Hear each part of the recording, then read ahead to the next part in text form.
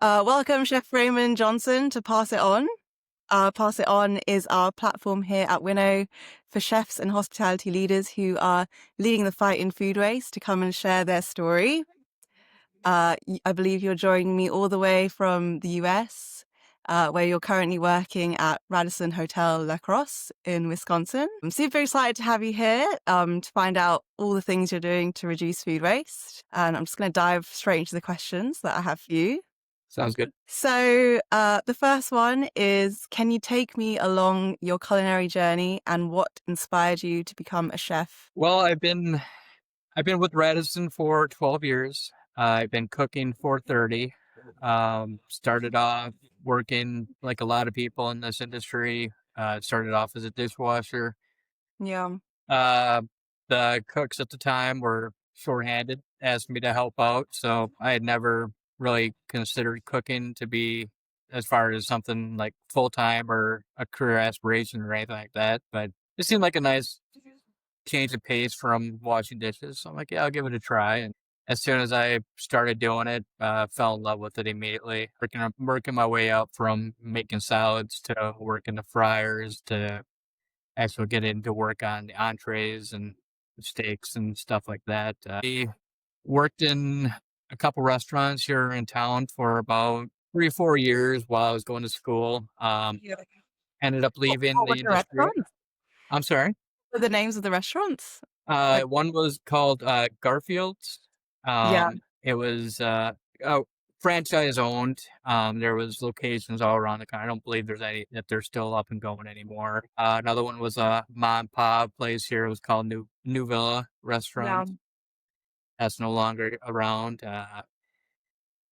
Hungry Peddler, another mom and pop. It's actually still going in town here. It's been going for about 45 years, I believe. So it got a good mix of different variety of places. Left the industry for about 5 years and then returned after going to culinary school and came to work here in '03 and or 13, I'm sorry, 2013, and then been here since. amazing. 30 years is a long time. You must be really, really dedicated. Um, It's I mean it's something that you get used to and if you yeah, enjoy doing it, I don't really consider it work some days. So. yeah. No, it's really interesting how everyone starts. My partner, he's also a chef. He started as a KP as well, dishwasher. Yeah, kind of like you, like he didn't see it, but you kind of just fall in love with it. Right. But yes, thank you for that. And this question's a bit of a fun one. If you could have one final meal, what would it be? Oh, this is going to be a disappointing answer for you because I do not have a expensive palate at all. No, it's I am okay. a very I'm all about the I comfort. what's that? All about the comfort food. Yeah, I have a very common, very basic palate. So for me, it would be probably a good soup, chicken dumpling, a chili, something like that. Nice. What kind of dumplings? Potato dumplings. Nice. Yeah. Um, I still struggle. I feel like my answer changes every week. When someone asks me that, like I don't know what to say. I mean, Uh, there's so many different things that you can go with, and I mean, a lot of people like expensive, fancy foods, and that's just not for me. That's not how I am. I mean, a yeah, nice. It's cold here a lot during especially fall, winter time, which is my favorite time of the year. So a good warm soup is always great. yeah. Do you normally make them yourself, or does anyone I do. I make do. it nice? Thank you for that answer. And this one's about food waste.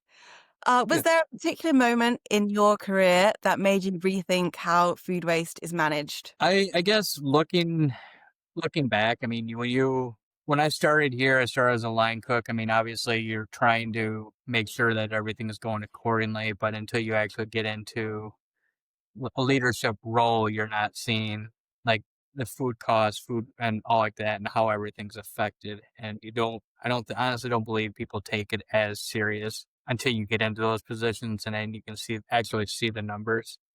I've always kind of watched and seen as far as like the prep that people do and the waste that comes off of the items that they are preparing. And you always think in the back of your mind, okay, you could be doing a little bit more with Yeah. this product. You could get a little bit more here and there, and the pennies add up, and you start to really Mm. see that, especially when you actually see the reports and see the data on how much you actually do waste as far as either from just base preparation or overproduction. Sure. So it was more like the cost, like when you moved into the costing, that's when you kind of saw like Right. I bigger. mean, and that's right. I think you really get a better respect and appreciation for everything is when you actually when you get the numbers and data in front of you versus I think a lot of the line cooks per se that doesn't really register, I guess, with them just because they don't I mean that's not part of their job for the most part as far as looking at that information. Yeah. No, it makes sense. And was that just with Winnow when you started to look at that in detail, or were you like tracking food waste I before? mean, I've always kind of watched as far as like how much I can see how much is getting either overproduced or how much of food is coming back. And we've always really I'm a very numbers detailed person. How I've always done my job is everything is based off of weight. And when I do Mm. prep lists for my cooks, everything's off of weight. Um, so I could be like that, very precise. it is, and that's the only way that I can operate. I'm not like the chef before me was very much a feel and an eyeball kind of chef, Mm. and he did a great job at it. That's just not how it doesn't work for me per se. Yeah. So I actually followed him for about a year and a half, just learning like, okay, this much of this per person of these products Hmm. and it really helped me dial in a lot of our things that we do as far as how much that needs to be produced. And it's ever changing. I mean, we're learning as we go through the industry and through events as far as how much people actually eat or how much we need to produce. And it is changing. It we're still it's not a I always say you're always learning. So True. I'm still learning even after all this time here and Uh, still trying to get it dialed in. And now I feel like we've gotten better. And then when those started, it really kind of opened our eyes as far as other areas that we weren't really targeting and that we weren't really seeing as much. Um, do you have anything in particular that like stood one you that yes, you didn't know one before? big thing, that's our mashed potatoes for the line. Really? So our we have a banquet department, we have our restaurant department. Hmm. So our restaurant kitchen. Well, they make mashed potatoes every day for the line. Well, mashed potatoes obviously isn't something that we can just produce in a matter of 15 minutes. It takes a while. Hmm. So we know what we have for people that are staying in house. We got our approximate number that we expect to see in a restaurant, so we know how much we should be preparing for mashed potatoes each night. Yeah. Well, that doesn't I mean, that's the difference between banquets and restaurant. Banquets, we know how much we're seeing. Restaurant is kind of an estimate. And then there's plenty of times where you're just not on point with that as far as your estimate, and then you end up with a lot of extra Yeah. stuff at the end of the night. So that was one thing that really stood out with our numbers when it came to Winnow was our mashed potato production. Mm. We started seeing excess amount that was getting tossed. That Do you remember exactly how much? I can pull up the data. I believe it was about there was one report that was showing about 15 pounds 15 over pounds. a matter of like 3 days, I think it was. Yeah. And That's a that lot. really was a big eye opener for Yeah. us as far as okay, now we know where we have to tighten this up. Mm. Um, and the And do you, potatoes aren't that expensive, but it is something that is again pennies pile up and lead to dollars and lead a lot as far as food costs. So it really helped us really dialing that in though as far as communicating with the cooks is like okay, really pulling back as far as the amount that we were producing. Um, and we've really seen a decrease as far as the amount of waste when it came to that. Veggies is another thing. I mean, it really helped us as far as we kind of looked at the amount of celery and amount of carrots that were being thrown away and tossed as far as the scraps. Okay, that really helped us sit down with the cooks and kind of watch as far as their production and knowing, okay, you can go a little bit tighter here on when you're producing these versus Yeah. where you're at. So we're not losing that extra production. And I was going to say with the mash, is it mashed by hand? Like, do you pass it through a sieve or No, with the machine? so our process is basically once the potatoes are cooked, we put them into a large mixing bowl. It's a 30-gallon mixing bowl, and we got a pedal that we use. Okay, yeah. And it breaks down the potatoes. We add then obviously with butter, heavy cream, seasonings, getting it the right consistency, and we actually put them into uh, like baggies, and we pipe our potatoes. So At least they it's always not. laugh because when we were looking at the Winnow the pictures, it looked like little like babies as far as like potato babies So yeah, sitting you there in don't the want to dirt. waste those. So, and it helped because we knew, I mean, those are the only things that we bag up like that, so we knew exactly what it was. Mm, no, makes sense. So what exactly did you change? So there's better communication now, with your team, Yep. and it's tracking what's happening, It basically. was. I mean, I was able to really sit down with the cooks and say, okay, this is. I mean, kind of just go over what they should have already been doing. And Yeah. that was just really truly looking at because I always put on our schedule. I put down the occupancy of how many people are staying in house each day. And then we also have like all events that are in house, groups that are staying in the hotel over a few days. So we know, like, okay, we've got their resumes, so we know are they going off site? Are they going to other places? Are they having dinner other places? Or are they on their own? If they're on their own, there's a better chance that we're going to be seeing them in the restaurant. So then we know, okay, this is how much we need to produce.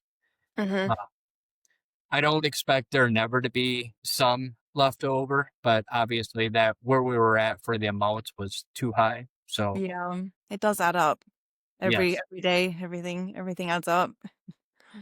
But absolutely. yeah, thank you for that answer. I feel like we sidetracked a bit. But yeah, no, always interesting to hear what people are changing in their kitchens. Um, and then I thought you kind of touched on this, but what would you say are your ingredients for success?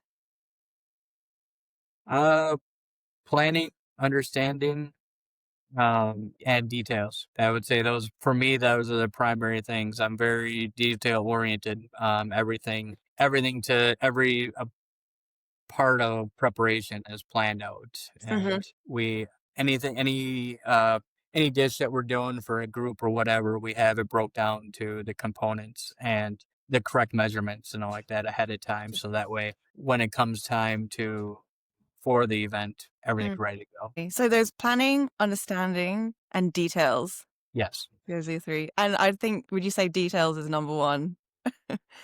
I Or I you, think an argument can be made for all of them, honestly. yeah. I think they all go hand in hand. I mean, because it's Mhm. you're I can give anybody a book and say make a plan out of this, and they can go through it and start putting down information. But if they're not understanding what they're looking at, it doesn't coordinate. It doesn't work together. So Yeah. I think I think all three of them go Yeah. hand in hand. True. And I feel like Winnow helped with all three actually, the planning, Yes. understanding, and details. Absolutely. Um, It 100% did. Like I said, I mean, people are looking at, they understand the system now. It took a little bit as far as getting everybody on board with understanding what we were doing, what the end goal was with this new program. People jumped on board and they understand it now and they understand what we're looking to accomplish. Amazing. Thank you. And then next question is, what's the best piece of advice you've ever received, and who shared it with you?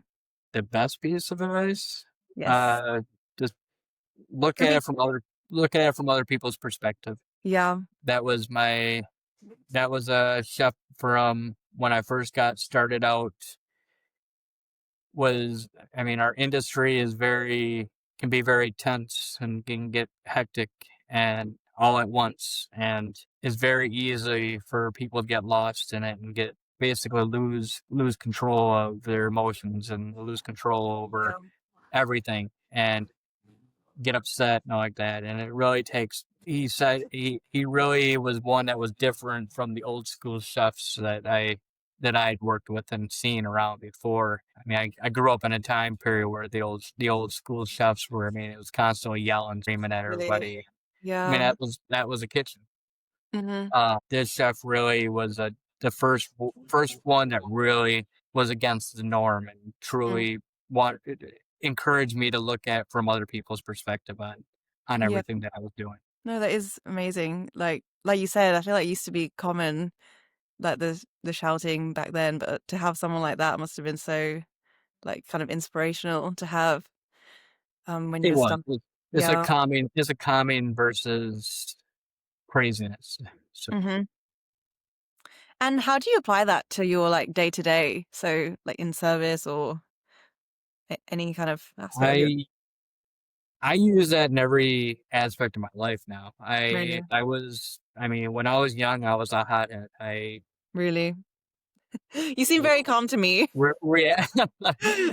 Yeah. I mean, it comes from, I mean, just years of practice, Yeah. years of training, and years of being through it. I mean, and truly taking what he told me back then to heart because, I mean, I was a major hothead. I would go off on a Mm, whim. I had a quick temper and having a quick temper and in a high stress environment back then. I mean, mm, it was like a powder keg a lot all the time for me. yeah. And then I worked for him for about 2 years, and it really I saw his approach of handling it, and it really sunk in. And I use that all the time now, and I try to encourage those that work underneath me to use the same because it's very easy to get upset and very easy to Yeah. lose control, and that it really accomplishes nothing.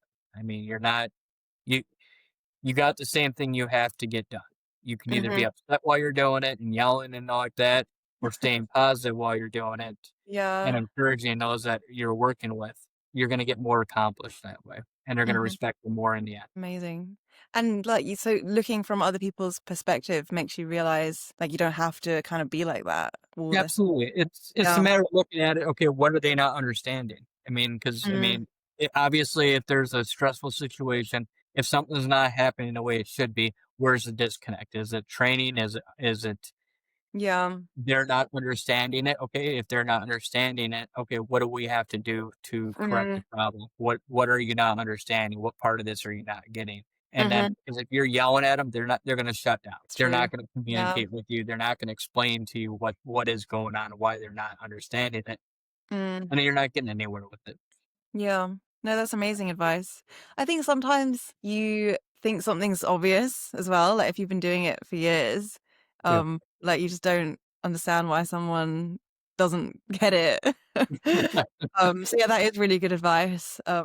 Thank you. Thank you for that. I'll be taking that on board as well. And yeah, the next question is, what challenges have you faced in your journey and how did you overcome them? I would say just the learning to balance your work life and your personal life. That's always been a challenge for me. I've got a wife and 3 kids, one of which is severely disabled. So it the a day starts early and ends late, Yeah. and trying to make sure that that you're accomplishing everything and has always been difficult. It is Doctor really appointments, tough. stuff like This that. It's just yeah. it's not I've always my daughter asks me or talks to me about what I do, and she talks about her career aspirations and what she wants to do when she grows up kind of thing, and Mhm. I encourage her to do what she wants to do, but I also Yeah. encourage her to try to find something that makes her happy, but not always follow in my footsteps because she sees The the work hours. that I put in, the hours that I put in. So It is so tough, but I do think it's changing. The industry it is, is changing like a lot. But yeah, there are still some some crazy hours out there. yeah. I mean, Uh, COVID, I think, completely changed our industry. Mm, 100%. And honestly, I don't know if it'll ever get back to what it was prior to COVID. So definitely. And what do you think, like, the answer is to helping the work-life balance? Well, how have you helped? How have you overcome that? Or I'll let you know when I figure it out. I mean, I actually am curious to know, like, when I'm I there, mean, if somebody I finds that magic button, I would love to hear about it. But yeah, no, it truly, I don't take work home with me as much as I used to. I think that's the mm, biggest thing. Whether that yeah, be actual menu planning or whatever it is that I would take home with me to physically do, or if it was just mentally, emotionally being there away from being outside of work and actually being there for my family versus being upset or frustrated because of whatever's going on at work, leaving it at leaving at the door so that way they're getting my full attention and it I'm is there. hard though. Like, I think separating, at least in the kitchen, I feel like when you leave, you can kind of separate. Um, but yeah, like you said, it's tough. It is. It It is. is tough. It's very difficult. And then I mean, obviously you've got the constant phone calls and all Mm, like that. And I have always told my staff I'm always available for them in case of emergency. So yeah. I wouldn't have it any other way, but it gets hard sometimes. hmm I think you've got to love it. Otherwise, like, there's no chance. Well, for me, I mean, I do enjoy. I mean, I grew up in this industry. I grew Yeah. up with a passion for the industry. My passion, and this is what I always tell people: you've got different kinds of chefs around the world. You got different chefs that have different abilities, different dedications, and stuff like that. I'm 100% dedicated to my craft and dedicated to my job, Mm, but I'm dedicated to that now for my family. yeah. Everything I do Yeah. is targeted to what do I need to do to to make my family's life better, Yeah. and I will do whatever that takes. So, Yeah, it's possible. And also for food waste now as well. You're doing everything to reduce food waste. right. Yep. Yes, thank you. Thank you for that answer. And then next question is what drives you then? To me, you've kind of just answered that. What drives you? Your My family. family. 100%. Yep. Yeah, that's very sweet actually. Anything else that drives you or this your number one? I mean, everything kind of it to me. It's all intertwined. I'm very much a perfectionist. I got diagnosed with OCD at a very young age. So that's something that has always been right there on the cusp of things is making sure things are a certain way, and Yeah. sometimes drives people nuts. But I mean, it ultimately is how my mind works, and it's Yeah. not something I can really make people understand as far as like, okay, if things aren't done like a certain way, they don't understand necessarily Yeah. how much that bothers me when it's not. So, It's true. I think as a chef though, a lot of chefs like have developed OCD as well. oh, Like absolutely. everything They, has to be perfect. I've got a couple of buddies that work as chefs in other facilities that we've talked about it, and we've that is something that we've discussed as far as mental awareness, as far Mhm. as people in the industry and where are people at with that stuff. And I think awareness of that is really grown quite a bit as far as safety wise and stuff like that. Mm. So for people and taking care of themselves mentally wise, And moving on to the next question. What are your proudest achievements in reducing food waste so far? I would say, I mean, the meetings that I've had with the people from Winnow has been real eye opening as far as the amount that we've really brought it down and Mhm. understanding like that's going to account towards helping out with our food cost and account towards the amount of money that I'm helping save the company. Yeah. It's really it's been eye opening as far as seeing the reports for like how much the waste is down. So Yeah. The Diana just shared with me, I think it was 46% that you dropped in not that long, right? Like you haven't been it working was with. only, I mean, So we had some issues getting started first, just because of the internet in our Yeah. place, where our kitchen is solid concrete. So we were having some issues with that. So we kind of got started a little bit later. But I think Mhm. we've been doing it now for, I want to say, 5 months. Yeah, that's crazy though. Almost 50% in 5 months. Yeah. I Um, mean, it shows the hard work everybody's putting in there. I mean, it yeah, really, it makes you proud that everybody's, I mean, getting on board with it and understanding like what we're like I said before, not to repeat myself, but it just what we're trying to accomplish. yeah. No, it's amazing. Yeah, thank you for that. And you've only just started. Who knows what's going to happen next? Right. Do you have any plans, like what else you're targeting next in terms of food waste? Uh, we do have, it's one of our bigger ones that I noticed was some of the sauces. And it's for the banquet side of it's really challenging for me. And I've spent a lot of time trying to really dial in the numbers as far as how much we're producing and stuff like that. But with ultimately, we can only be given a expected guarantee when, as far as the events, is how many people we're going to have. Those fluctuate so highly that it's very hard for it to be dialed in completely. But the sauce, I think sauces are one of our other next bigger ones as far Yeah. as overproduction. The amount that we're doing with those. The sauces take a lot of time as well, no, Yeah. like reducing all the different layers. So like it's a lot Yep. of And time. that's been the hard part, is trying to make sure that we're producing enough, that we have enough for the events, but Yeah. at the same time that we're not showing that large amount of waste. Mm. And what kind of sauces do you make, just out of interest? Uh, we do. It was one of our bigger ones is a grain mustard cream sauce. Yeah. One of our bigger banquet items is a stuffed pork loin, Mm-hmm. with bacon curry stuffed, and we use it's a grain mustard cream base sauce, and then Yeah. we have thyme juice sauce. We have a few other ones as well. Yum. I love a good sauce. Yeah. But yes, thank you for that answer. And then this one is, what's the most important tip you'd give to chefs aiming to reduce waste in their kitchens? Probably to is getting everybody on board is the hardest part.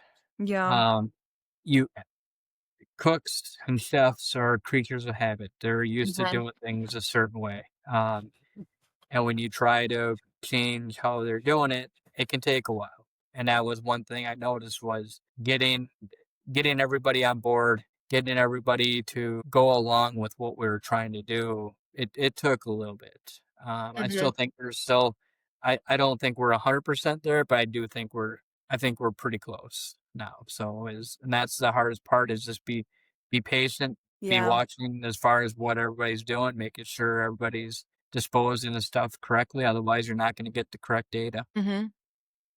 So that was the challenge, but how do you overcome that, or what do you advise to get people to? Education, educating the staff on, so that they understand, Yeah. making sure their understanding is not just some new thing that's just being thrown out there that doesn't mean anything. Mm.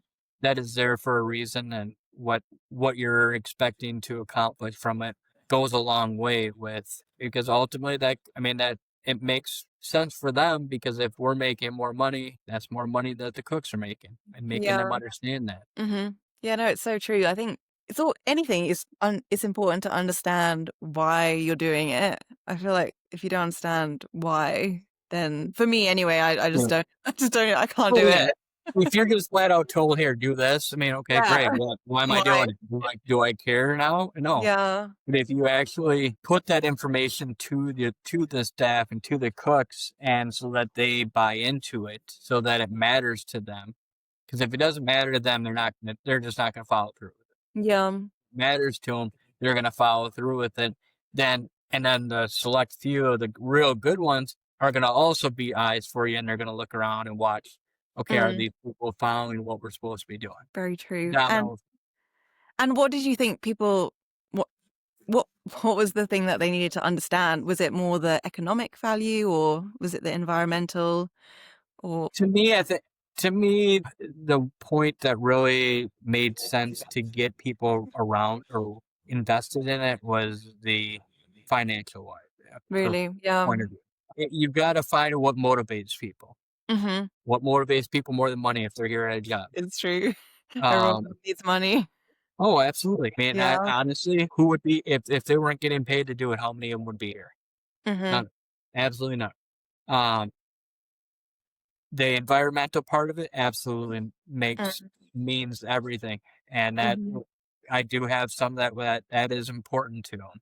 Yeah. But it's a matter of making sure that the people that you're trying to get follow through with everything that it matters to them in one way or another. It's true. And yeah, like you said, everyone has something different that matters to them. Absolutely. Yep. Um, but yeah, no, thank you for that advice. Really good piece of advice there. And then last question, is about your inspiration.